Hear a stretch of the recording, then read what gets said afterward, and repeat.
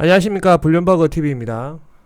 이번에는 철학 강의를 좀 하고자 합니다. 저번에 한번 삼파술 한번 우리 테스트 해봤죠.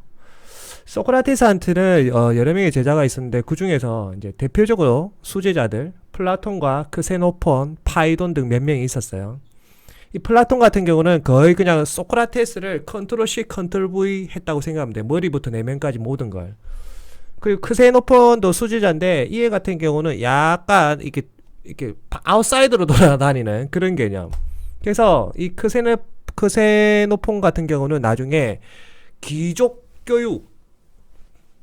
교육의 대가가 됩니다. 귀족 교육. 쉽게 말하면 상위 1%들을 위한 교육의 대가가 됩니다. 여러분들은 이때까지 받은 게 노예 교육이고 자본가 교육의 대가가 이제 크세노폰이라는 사람입니다. 이 사람을 아셔야 돼요. 제가 여러분한테 교육시키는 거는 크세노폰, 사고의 힘 이런 개념이에요.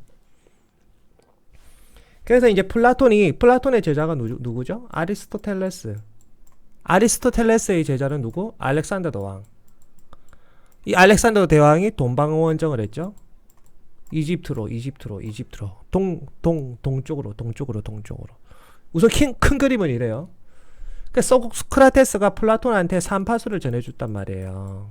삼파수를. 무한긍정의 힘. 그래서 이 플라톤의 제자인 아리스토텔레스도 그 영향을 받았겠죠. 플라톤이 똑같이 삼파수를 써먹었을 거 아니에요. 근데 이때 당시에 이 시기에 뭐가 있었냐면 스토아 학파라고 있어요. 스토아 학파.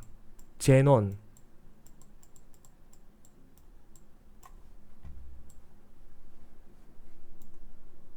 이 사람이 스토아 학파의 대가고 이 사람은 노예 출신이에요. 말 그대로 없는 집안의 출신. 그래서 유물적 사관보다는 인생은 무엇인가? 에? 다 필요 없고 나 노예에서 벗어나고 싶어. 재물 같은 건 다 필요 없고 나는 그냥 마음 편한 게 최고야. 이 개념이에요.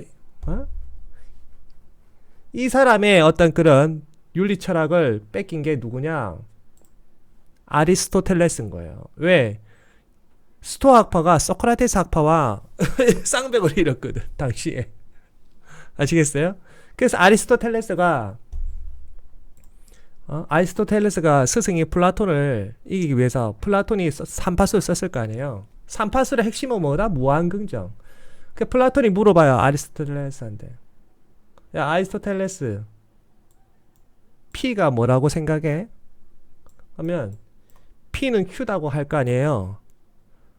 그러면 플라톤이 다시 그러면 플라톤이 다시 Q는 뭐라고 생각해?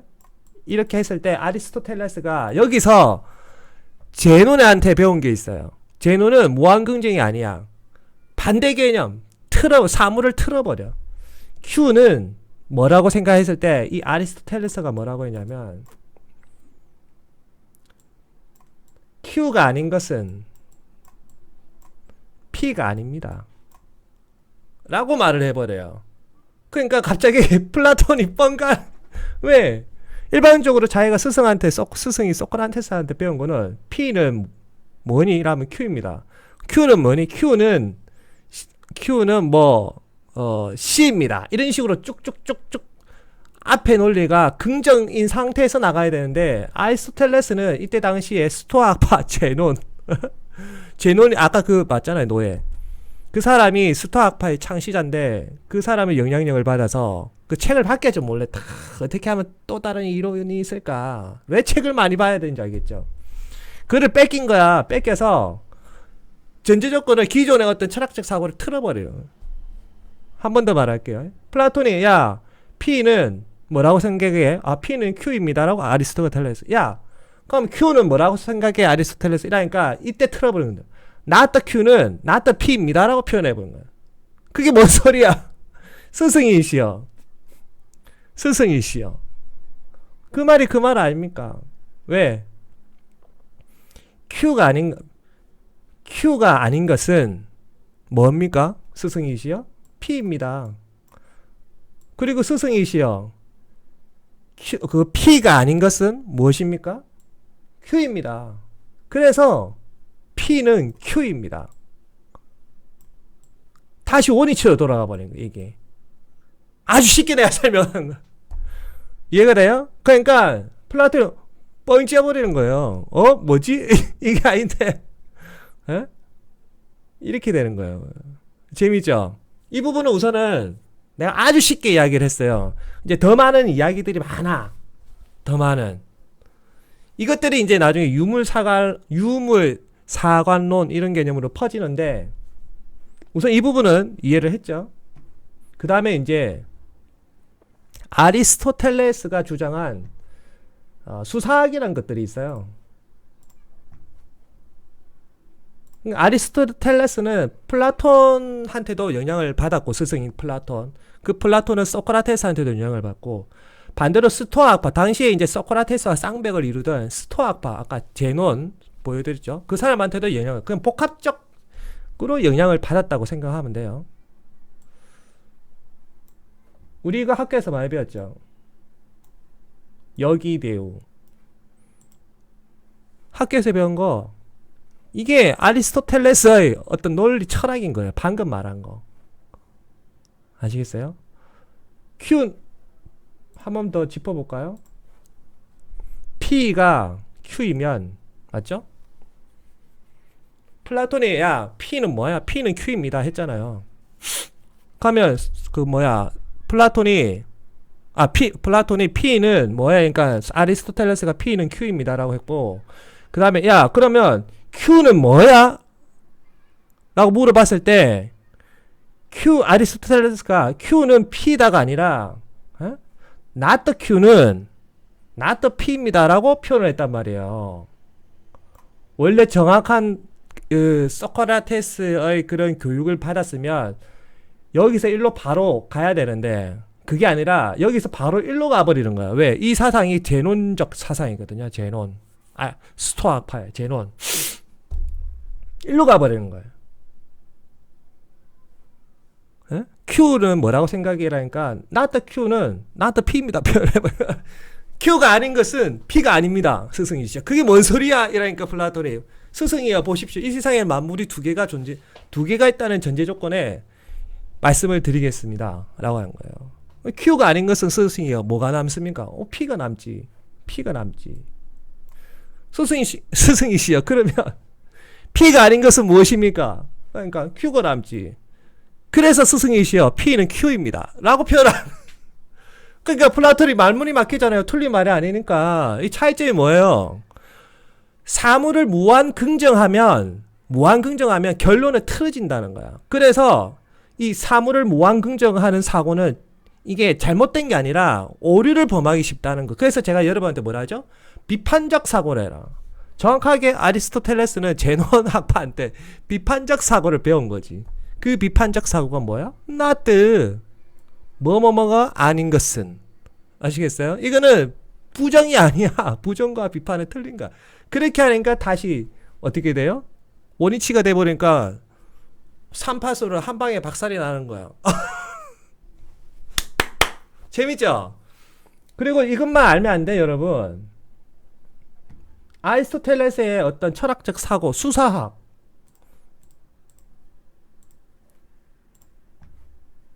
잠시만요. 수사학도 방금 보여드린 학교에서 배운 여기대우. 그게 그대로 적용돼요. 아리스토텔레스의 수사학. 대표적인 게 뭡니까? 정반합. 반, 합. 자, 이 정이란 건 옳은 것, 반이란 거는 그런 것, 합은 이거 두 개의 장점만 가지고 오는 것. 뭔가 느낌이 안 와요? 자, 쉬운 예로 들어볼게요. 정의의 A란 남자가 이거는 내가 유튜브 보면서 뺏겼어. 이 적절한 표현. 이게 아주 좋은 거예요. A란 남자가 외모도 잘생겼고 외모는 잘생겼지만 능력은 빵점이야. 근데 반에 해당하는 B란 남자가 외모는 옥동자인데 능력은 1등이야. 그러면 합의 개념은 뭐냐면 합의 개념적 사고는 뭐냐면 그러면 나는 선택할 때 외모도 잘생기고 능력도 좋은 그런 사람을 만나야지. 아시겠어요? 좋은 것만 쪽쪽쪽쪽 뽑아오는 이 사고. 에? 이 개념이 뭐야? 유전학의 토대가 되는 거예요. 유전학. 우선끼리 만난다. 열성은 사라진다. 그 뿌리가 되는 알고 보면 우리 철학적 사고는 과거부터 있었던 거라니까. 그래서 여러분이 큰 물줄기는 정해져 있다라는 거예요. 여러분들이 이래라니까 미래가 안 보이는 것 뿐이지. 아시겠어요? 근데 이게 끝이 아니야. 이 정반합에 전제 조건이 있어. 사물이라는 거.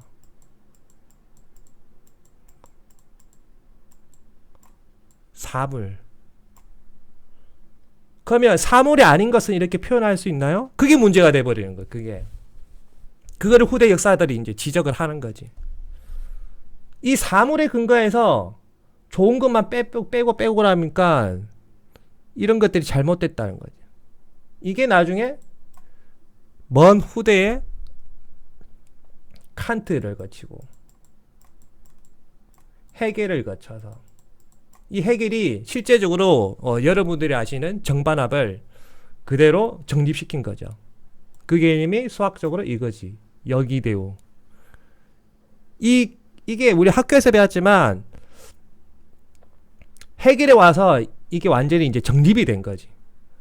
아시겠죠? 아리스토텔레스 때는 요거와 요거까지만 생각을 했는데 칸트를 거쳐서 헤겔에 와서 실제적으로 헤겔의 변증법이라는 게 완성이 된 거예요. 그게 이거예요. 이게 여기서 확장하는 게 뭐냐면 이제 여기서 이제 한 차원이 더 가요. 여기서 확장되는 게 P가 Q이다. P가 Q인 게 참이면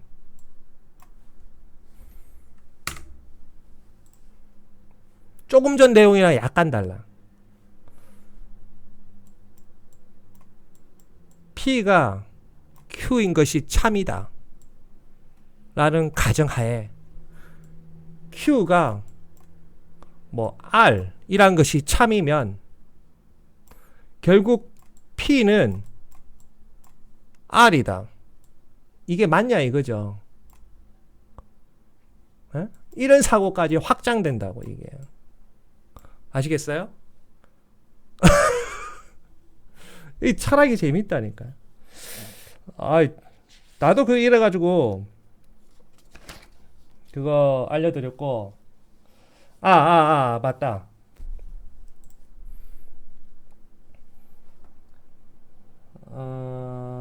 그래, 유무사관. 이거.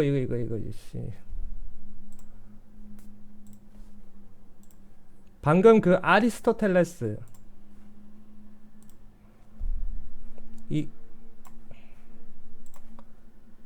방금 아리스토텔레스의 뭐랬죠? 제가 수사학, 정반합.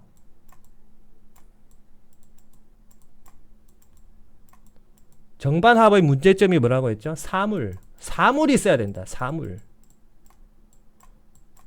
이 사물은 뭐랬죠? 유무사관론. 물건이 있어야 된다. 무조건 눈에 보이는 게 진실이다. 이건 거예요. 허상은 필요 없어. 아시겠죠? 이 유무사관론이 나중에 아까 말씀드렸다시피 칸트를 거쳐 헤겔에 이르러 방금 그 변증법을 완성했다 했잖아요. 근데 이 헤겔 동시대에 누가 있었냐면 칼 마르크스가 있었어요. 칼 마르크스. 사회주의의 토대를 닦은 칼 마르크스. 아시죠?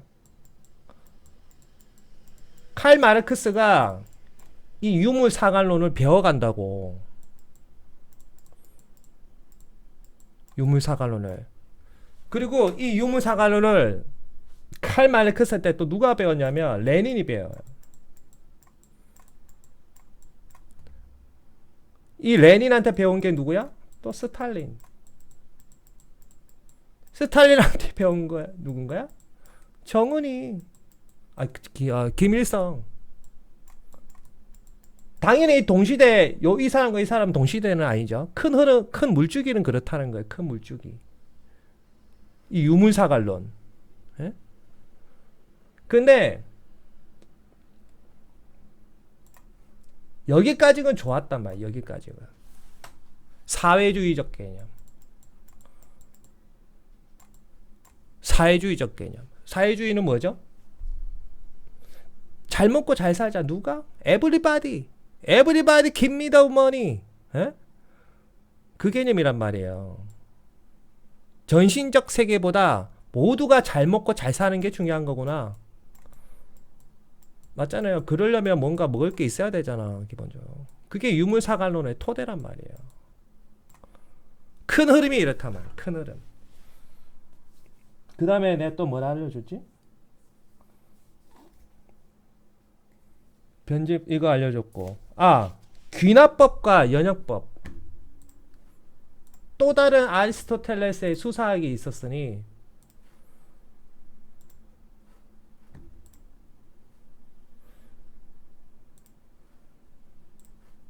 그러니까 아리스토텔레스의 어떤 논리 철학이 엄청나게 많아요. 그 중에 이제 방금 하나 알려드렸고, 아리스토텔레스의 어떤 철학적 사고 중에 이제 귀납법이 있어요. 귀납법과, 이거 많이 들어봤죠? 연역법. 연역법이란 거는 이 선이 있고, 이 세상에는 선이 있다. 이 선이 있기 때문에 이거를 아주 미세하게 쪼개면 결론은 점에 도달한다. 그 말이고, 귀납법은 아니야. 이 세상은 점이 있어, 점. 그런데 이 점을 아주 많이 모으면 선이 돼. 이 개념인 거예요. 이해가 되시죠? 그러면 이 귀납법이 아리스토텔레스가 실제적으로 주장한 거는 이 연역법도 말을 했지만 이것보다는 귀납법을 이렇게 아리스토텔레스가 저 사람은 귀납법의 어떻게 보면 창시자, 대가 이런 개념이란 말이에요. 왜 그러냐면 산식적으로 생각하면 쉬워.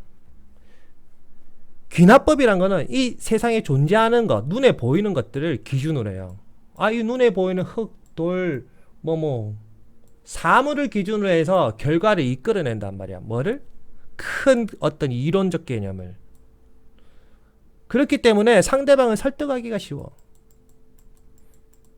왜? 그때 인터넷이 있었던 것도 아니고 눈앞에 보이는 게 전부잖아요. 산 너머에 뭐가 있는지도 잘 모를 때고. 맞잖아요. 그 옛날에 기원전에. 그래서 귀납법의 대가가 되는 거예요. 이 후손들이 누구야? 결국에는 서양. 눈에 보이는 것을 근거로 해서 그 결과 이론을 이제 흙, 돌, 공기 이런 것들이 있으니까 결과값이 이런 것들은 지구를 만들고 있구나. 지구의 토대가 되는구나. 이런 개념. 수많은 작은 것들을 모아서 큰 거를 생각하는 거지. 근데 이 수많은 작은 거의 전제 조건은 눈에 보이는 그것. 이게 어떤 사고예요? 이게 과학적 사고. 과학적 사고. 네? 그래서 서양 사람들이 이들의 후손이기 때문에 과학적 사고를 많이 한다고. 왜? 연역적 사고는 눈에 보이는 세계가 아니야. 왠지 그런 느낌이 있을 것 같은데. 연역적 사고는 신은 계시는가? 신은 있는가? 신은 어디에 있는가? 신은 왜 존재하는가? Why? 가상의 세계를 기준으로 해서 검증을 거치는 거지. 그 검증으로는 현상의 세계. 왜 신은 있는가 없는가? 이게 쉽겠다. 신은 있다. 가상의 세계잖아요. 신이란 존재는. 그것을 증명하기 위해서 우리 인간이 있잖아요. 나도 있고 여러분도 있고 동물도 있고 뭐도 있고. 그럼 우리를 만든 건 누구냐? 신이다. 근데 여기서 문제가 발생해. 연역적 사고는. 이때 당시에 검증을 해야 되잖아요. 왜? 귀납법이 대세였으니까. 귀납법은 바로 검증이 되잖아. 왜? 스타트가 사물, 눈에 보이는 사물로 시작하니까. 맞죠? 바로 검증이 된다고. 그래서 이 귀납법 사고를 따르는 어때 보면 제자들이랑 사회적 분위기가 물어봐. 야, 너 처음에 신이 있다고 했지? 신은 눈에 안 보이는데 어떻게 검증할래? 물어볼 거 아니에요. 그럼 연역적 사고를 따르는 그 교육파들이 있을 거 아니에요. 봐봐. 나도 있고 너도 있고 동물도 있고 산도 있는데 이거 누가 만들었어? 신 말고는 없어. 그러니까 귀납적 사고를 따르는 학파들이 뭐래? 그러니까 신을 어떻게 검증하냐고. 눈에 보여야지 믿지. 이렇게 하는 거예요. 이게 아킬레스건이었던 거예요. 연역적 사고의 가장 그 문제점이 검증. 왜? 스타트가 검증이 안 되는 거니까. 가상적 세계를 주로 하니까. 그러면은 다시 돌아가서 이 전제 조건 Y를 바꿔야 되는 거야. 이거를. 뭘로? 뭐 신은 사람을 창조했다. 이런 개념으로. 그러면 사람은 있잖아요. 사람은 나. 그러면 내가 있기 때문에 신은 있다. 뭐 이런 개념인 거예요. 그러면 귀납적 사고를 생각하는 사람들이 연역적 사고의 학파에게 물어보겠지. 야, 네가 말한 신은 있기 때문에 사람이 있다라는 전제 조건이면 너는 사람이야, 맞지? 그러면 네가 있기 때문에 신이 있다는 거야? 이래 되는 거야. 검증이 힘들다고. 검증이 연역적 사고가. 왜? 미지의 세계를 시작하니까 하기 때문에. 연역적 사고가. 그래서 힘들다고. 그래서 이때 당시에 몰라. 동양은 모르겠는데 서양에서 주로 이렇게 사고했던 것들이 뭐냐면 귀납적 사고. 왜? 스타트가 사물이니까. 이 귀납적 사고는 과학 문명의 토대가 되는. 과학. 에? 그리고 경험. 눈에 안 보이는 것들이 아니라 경험하지 않은 것에 대해서는 믿지 않는 그런 사고관이 대세를 이룬 거예요. 이런 것들이 거쳐서 어떻게 돼? 과학적 사고니까 산업혁명에 이르기까지. 이해가 되시죠? 그러면 기원전 4세기에 기원전 4세기 맞다. 4세기에 그 글로벌적으로 4대 성인이 나타났으니 소크라테스, 그 다음에 누구 생각도 안 나. 서양에는 소크라테스, 공자, 그 다음에 아미타불 석가모니, 또 한 명 누구랬죠? 예수님이잖아요. 근데 동양에서는 연역적 사고를 중시하는 거지. 연역적 사고를. 기준 자체가 틀리니까. 왜? 이렇게 깊은 대화를 안 해. 대화 자체가. 스타트 자체가 틀린 거라고. 스타트 자체가. 왜? 이런 끊임없는 대화를 하려면 그 스승들이 스타트가 이런 어떤 논리적 사고를 하는, 서로 디베이트하는 그런 문화가 형성이 돼야 되는데 이 동양에는 그런 개념이 없었다고. 역사를 보시면 뭐 봉건주의 사회 이런 개념이 있잖아요. 그래서 이런 논리 철학이 동양에서는 발달하기가 힘들었던 거예요. 이해가 되시죠? 이거 알려줬고. 다 알려준 것 같은데? 이렇게. 다 알려준 것 같아요.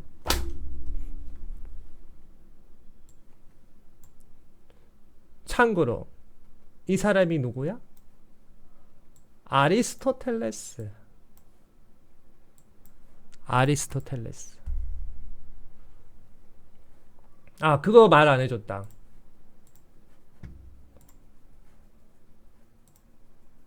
조금 전에 제가 이거 큰 흐름 알려줬죠. 소크라테스 제자에 플라톤이 있고, 부잣집 아들 플라톤이 있고, 크세노폰이 있고, 또 이게 포세이돈, 파이돈도 있고 막 이때잖아요. 이 플라톤의 철인 정치라는 것이 있어요. 철인 정치. 이 철인 정치는 왕권 신수설의 기반이 돼요. 중앙 권력의 어떤 강화가 아주 중요하다. 왕권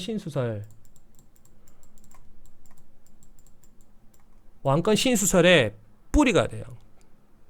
왜 그러냐면 이때 당시에 소크라테스의 수지자였던 이 플라톤이 본 모습은 아주 소크라테스는 비참한 모습으로 죽었거든. 그 당시에 현인이었는데 이때 당시 그리스의 어떤 정치적인 거는 그 공화정이라고 하는 게 민주주의는 아니고 공화정이라고 하는 게 맞죠. 정확하게 민주공화정이지. 누가 주축이 돼서 원로원들이.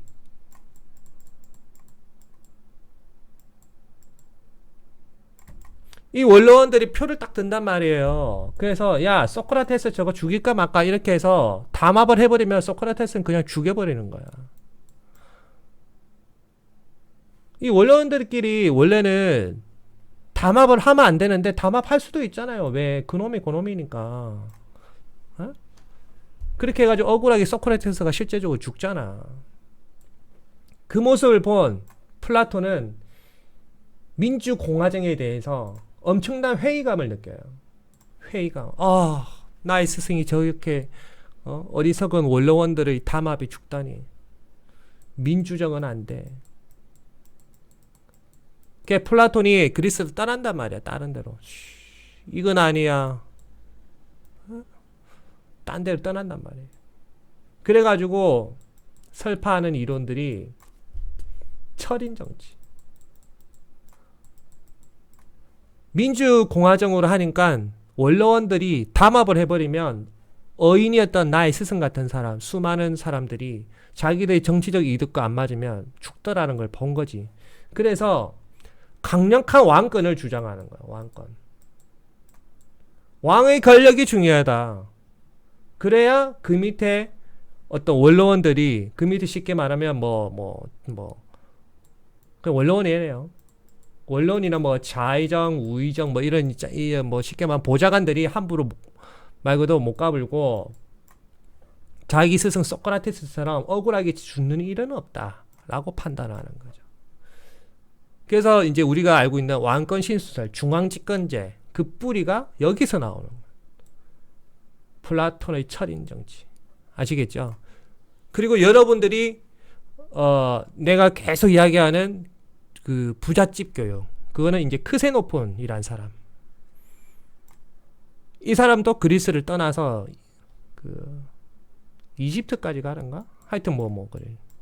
이 사람은 부잣집 교육의 뿌리가 돼요. 부잣집 교육. 근데 왜 우리 집 소개하면서 책이 쫙 있었잖아요. 다 아실 부분은 아시겠지만 그게 책이 막 한 열 몇 건이 돼요. 지금 우리나라에 번역된 거는 다 사놨거든요. 다 봤지 당연히. 그 책을 쓴 사람은 소크라테스가 아니라 플라톤이에요. 플라톤. 이 플라톤이 이 소크라테스를 따라다니면서 이 따라다니는 추종 세력들이 있을 거 아니에요. 제자들. 그거를 적은 거예요. 그 책 이름 한 개 제자야. 예를 들어 제가 가지고 있는 책 크세노폰이 있다. 하면 플라톤이 그게 있으면서 우리 스승이 크세노폰이나 제자와 이야기한 썰을 플라톤이 기록한 책 이름이 크세노폰.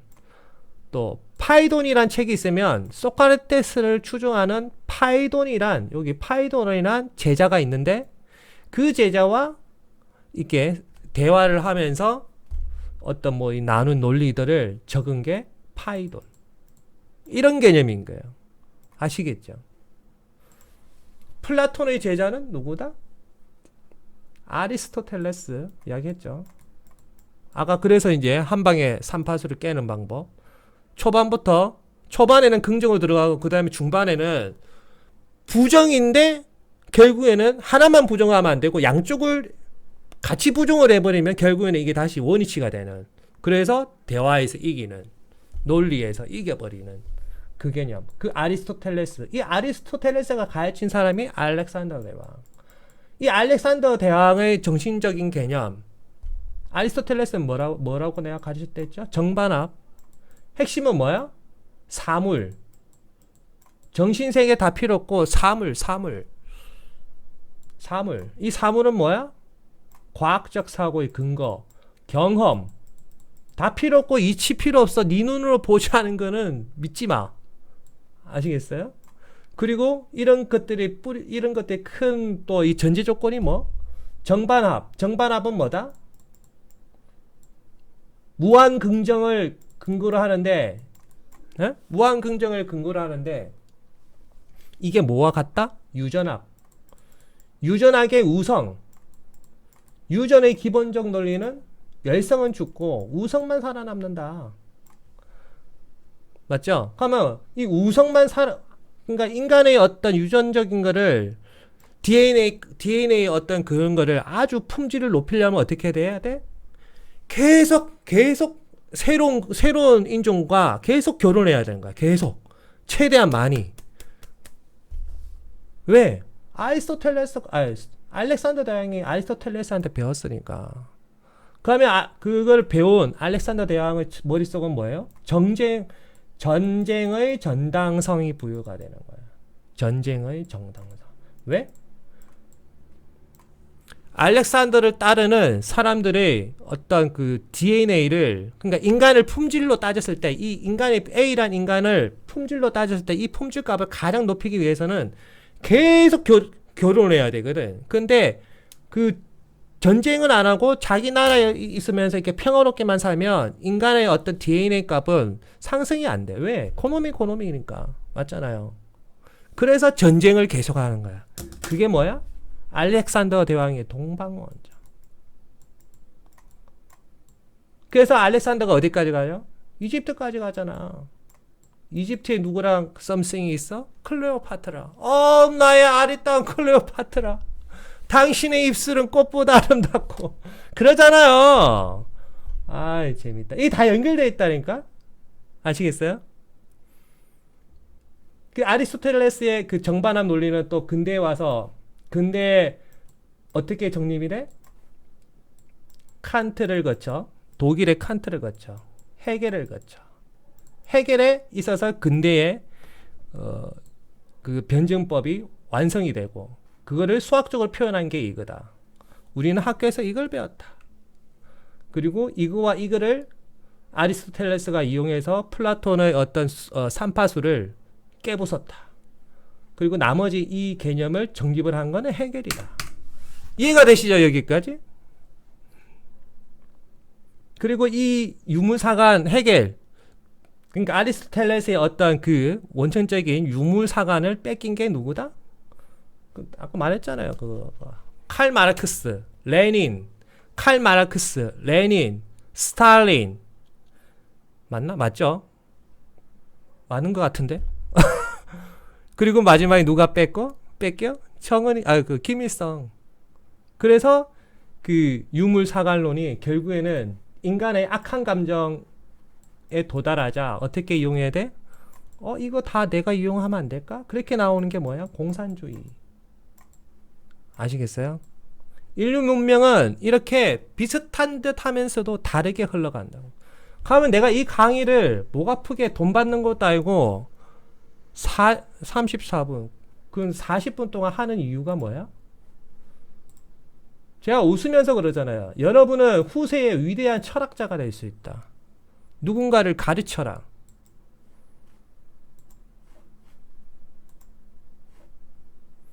이거 왜 안 돼? 지금 여러분들이 하는 어떤 말들은 지금은 이 시대에서는 안 알아줘. 그런데 우리가 죽고 나서 먼 훗날에는 후세들이 우리를 알아주게 돼 있지. 왜? 여러분이 이제 어떤 A란 철학을 전파를 해. 아이씨. 이거 안 돼.